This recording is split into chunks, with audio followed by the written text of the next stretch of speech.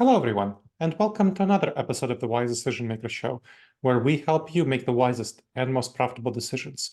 My name is Dr. Gleb Tsipursky. I'm the CEO of Disaster Avoidance Experts, the future of work consultancy that sponsors the Wise Decision Maker Show. And today I'm joined by John. John, can you please tell us a little bit about yourself and what you do? I'll be happy to do so. Thank you for having me. My name is John Bollman. I'm the Executive Vice President and Chief Human Resource Officer for Pella Corporation. I've been with Pella since December 2019, and I've been the head of HR for a couple other companies and also in the large HR leadership roles with for many years with Gleb Corporation, for what that's worth. Just a little bit about Pella, if I can. Yeah. Pella Corporation is almost at 100 years, so we'll hit our 100th anniversary. 2025. We are a leader in the window and door category. We're a manufacturing company, obviously, because of the products that we manufacture. And I think that's an important piece. We're headquartered here in actually Pella, Iowa. We have a little over 10,000 employees in the company, and we have about 20 manufacturing sites and probably 250 or thereabouts showrooms around the country. People can see our products. Interesting, our corporate headquarters here in Pella, we actually have a very large manufacturing site. It has over 1,500 people. And I think given the conversation we're going to have here today, just thinking about how manufacturing companies think about the work, I think is important because it could be different than other different sectors, in the business world. Sure. And if I could, I just at a high level might just say something about our strategy. Of course. I think is interesting. I also think there's elements of this that are really relevant. First off, we've been executing very effectively a growth strategy, and I think that will continue going forward. I think there's going to be a lot of consolidation continuing within our industry for what that's worth. And so as part of the strategy, we actually have three different pillars. One is on accelerating growth, so that's a big part of the growth.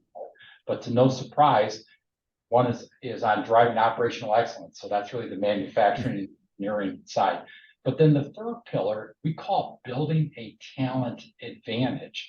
But that's really effectively a people strategy. We've been deliberate about the choice of calling it building a talent advantage. But what's really interesting, I think is an important point for us in our conversation today, is that our CEO, and I think this is different, at least based on some of my experience, our CEO is very clear, as is the executive team, that this is the most important part of the strategy, which is obvious, right? Honestly, it's all about people, but I think it's a real indication of us being a people-centric company.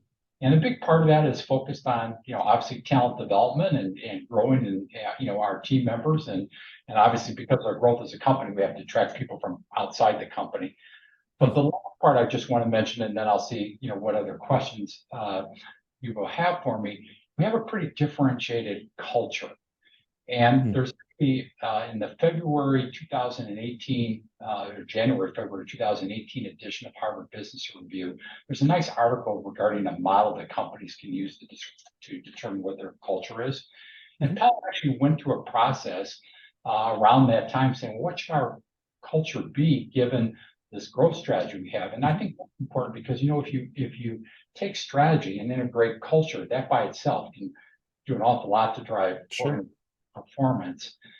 And basically our culture was defined as one that going forward, it has to be anchored in caring, a learning organization, which is very important, and we'll apply the conversation today. And learning means you get decisions at the right level, you empower your people, okay to fail forward, but then results is the third part of it.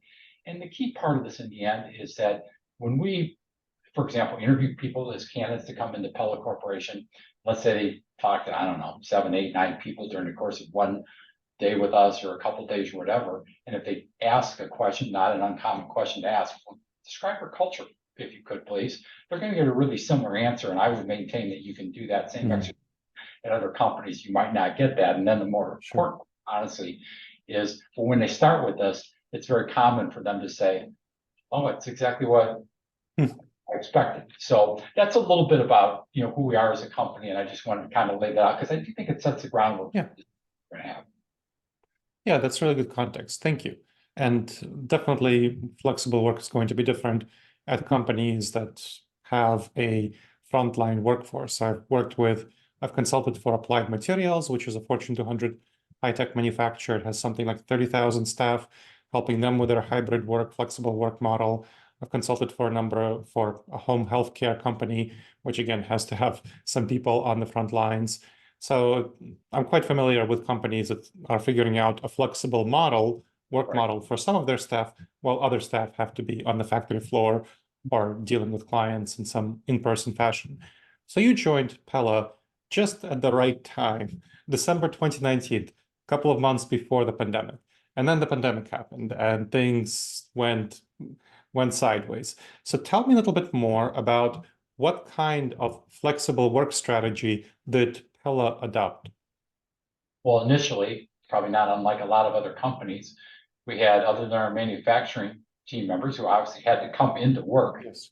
and we certainly put lots of different practices in place to hopefully protect our team members, and did a number of things to support, to ensure that they were taking the right precautions and providing whatever support we had to, because naturally some team members contracted COVID, and we had to help support them and what have you.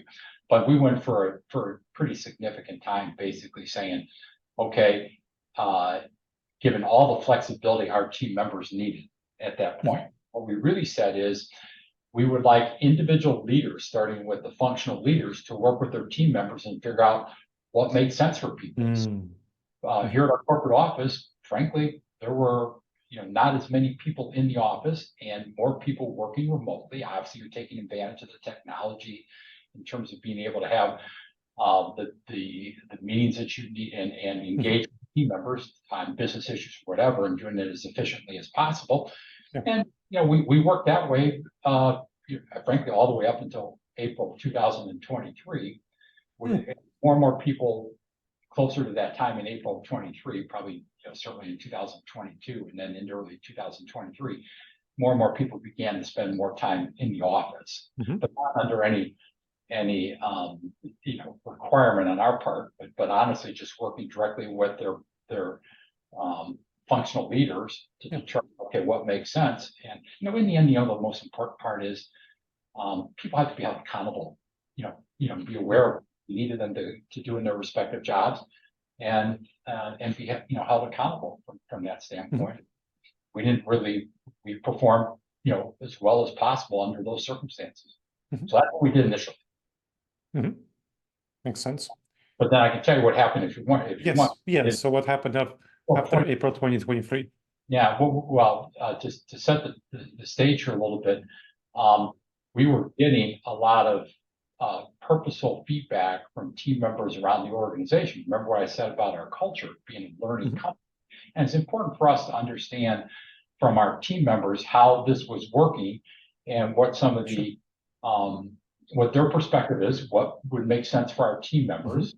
We had to think about what's right for Pella and what's right for our team members, and again, with a lot of input from across and down the organization, we basically came out and said that we support flexibility, we continue to support flexibility. We understand that the hybrid work is something that's here to stay. By the way, our headquarters in Pella, if people live close to the headquarters, there's not much of a commute, and that's also that's nice factor, I think, which is different. We do have a number of teams that live in the Des Moines area, but it's a pretty simple commute in terms of the experience. It may take 45 minutes to drive in some cases, depending on where people live, but it's difficult drive like you might find if you're in other major metropolitan areas. So I think that's an interesting factor. But the bottom line is we came out and said we want to encourage team members to have anchor days in the office. And those anchor days are Tuesday, Wednesday, and Thursday, but still keeping it in the hands of the functional leaders to determine what makes sense, in their respective areas. We're not tracking, whether people are here in the office or not in the office. Again, it's about being accountable for delivering the expectations you have in your role. We did different things where we established what we called connection events at that time, where we had time each month during those days where we were providing an opportunity for team members to come together, providing food and and just an opportunity to engage and connect and socialize a little bit. So we did that. We also made sure we had on-site food available for people when they were, in the office, which we didn't really have at that level during the pandemic. So we wanted to ensure that that was happening. We were scheduling, the meetings that you typically have, whether they're staff meetings, whether they're a quarterly meeting with a larger group of people, whether it's some sort of leadership meeting that has, 50 people or 75 or 100 people, we're scheduling those meetings during those days. Makes sense. And I also want to underscore the point that we think, we have a very differentiated culture, and we think, having that opportunity to engage in person and collaborate with each other and connect with each other is important also for us as a business, and frankly for the team members. They go about their respective jobs. So we felt like we were, doing the right things there. We have childcare, by the way, which we put in place here in Pella, which is available for team members to use. It's not on site, Nice. on the road, and which all team members can have access to if they have that situation. So we're trying to do the right things to make this work. Excellent. And so you've chosen a model where you encourage people to come in 3 days a week. You have those anchors. You don't force them. It sounds like you let team members work with their supervisor to make the decision on the when and how often to come in with, given those anchor days. What have you found to be the benefits of this model?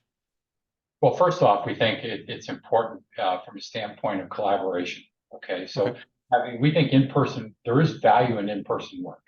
There's value in in-person work because you have the chance to collaborate with each other. You have the chance, to connect. You have a chance to work on issues in person, maybe more effectively, and to come up with, whatever the right decisions are. Our culture, again, differentiated, and particularly if you're relatively new to the company, and if you're, now if you joined during the pandemic, and of course that's happened in different companies, including Pella, to experience the company, its culture, and really understand it, probably, that was hampered a bit because of the remote work that might have been dictated by the pandemic. And so the reality, it's very important for us to, have our people, just having that opportunity to connect and work together and solve problems together. So we think that was a big part of it, to be honest with you. So. Okay. And so that's the in-person collaboration. But I'm sure you ran into a little bit of challenges. Challenges happen as part of this transition. And what do you perceive as the challenges of this way of working? Yeah. Well, first off, the biggest challenge we had is if we had people, there's a challenge around collaboration if you don't have people working effectively together. Some are, remote and flexible, and some in the office. And so certainly having consistency around collaboration is something that we work through. But the way you work through that is team members just understanding everybody's circumstances and situation, and finding ways to make it work and make sure that they're engaging, involving the people. We found that there were opportunities for us to learn and grow in terms of how we're managing communications with the organization. When you end up having people that are working in different places, you have to be thoughtful about how you're engaging and communicating with your team members. When you're a leader, are you making sure that you're doing a good job of cascading communications? Are you doing it in a way that's going to connect with the people that may be working remotely versus the ones that may be working on site? If you're in a meeting like we're in right now, honestly, if you end up having, let's say you have a staff of 10 people or something like that, and 7 of them are going to be remote and the other 3 are going to be in the office, well, everybody ought to be, on their screen then. So they all see each other. I mean, and these are obvious things that different, organizations I'm sure have done, and functions, and just to make sure that they're seeing each other and they're using the opportunity to connect. But I think that's part of it. I think the culture part which I've already mentioned several times now, is one of the challenges we just have had to work through to ensure our people, particularly newer people in the organization, were understanding our culture, because we truly think it's a differentiator. And I think there's still some work that you have to have a consideration about the impact it's having on people. I think that is there a factor around wellness that cuts both ways? And I think there is. From a wellness standpoint, is the situation better to be working in the hybrid and in a remote situation, or for those that are in that situation, is there an impact on their overall wellness if they're not sometimes in the workplace and really having that connection, with team members? Because we all know that, it's been out there for a long time. Gallup, I think, was probably the organization that really made the important point here. Having good friends and good relationships at work, important, for people, and that's really meaningful and can have a real positive impact.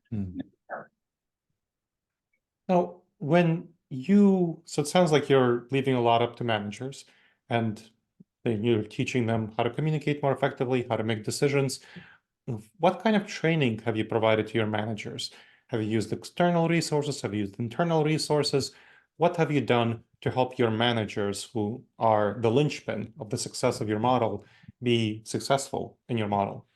Yeah, actually, we just had a leadership summit this year, and we have just had approximately, think about the total number of people. Let's say it had around 170 people that were part of this summit. And we put a big focus in two areas. One was on generally overall accountability, which I'll then tie into the communication part, but then also bringing an outside resource in to give us some tools and educate us around how we can be more effective as communicators. So we want to make sure we're really building that muscle as an organization and as leaders to be more effective at communicating. So we made the point, hey, that's a big accountability as a leader to communicate well and effectively with your people. And here are some tools and some support to help you be more effective at being able to do that. So we've made a real concerted effort there to again emphasize accountability and provide tools and support, which is obviously a continuous process for our people. Sure. Excellent. Now, as we wrap up, what do you see as the future of flexible work at Pella? I don't know if I see it changing to be, I think hybrid, I think flexibility is going to be important. And I think hybrid is going to be important because we have to make sure that we have